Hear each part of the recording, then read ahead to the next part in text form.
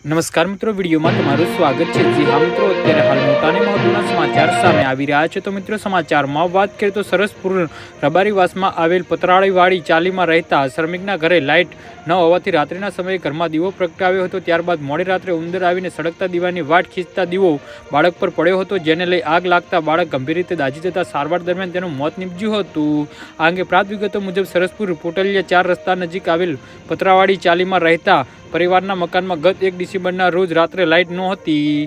આથી પરિવારના મોભી ઘરમાં અજવાળું કરવા માટે પાળી પર દીવો સળગાવ્યો હતો। જો કે રાતના 2 વાગ્યાની આસપાસ અચાનક આવી ચડેલા ઉંદરે સળગતા દીવાની વાટ ખેંચી હતી, જેથી સળગતો દીવો નીચે સૂઈ રહેલા 3 વર્ષના બાળક પર પડ્યો હતો। ગંભીર રીતે દાઝી ગયેલા બાળકને તાત્કાલિક સારવાર અર્થે સિવિલ હોસ્પિટલમાં ખસેડવામાં આવ્યો હતો, જ્યાં દિવસની સઘન સારવાર અંતે બાળકનું મોત નીપજ્યું હતું। આ ઘટનાને લઈ બાળકના પરિવારમાં શોકનું મોજું ફરી વળ્યું છે। હાલ તો શાહીબાગ પોલીસ અકસ્માતનો ગુનો નોંધી દાખલ કરી આગળની કાર્યવાહી હાથ ધરી છે। જી હા મિત્રો, તો આના વિશે તમારું શું કહેવું છે તો નીચે અમારી કમેન્ટ બોક્સમાં જરૂરથી જણાવજો અને અમારી યુટ્યુબ ચેનલને સબસ્ક્રાઈબ કરવાની ભૂલતા નહીં। ધન્યવાદ।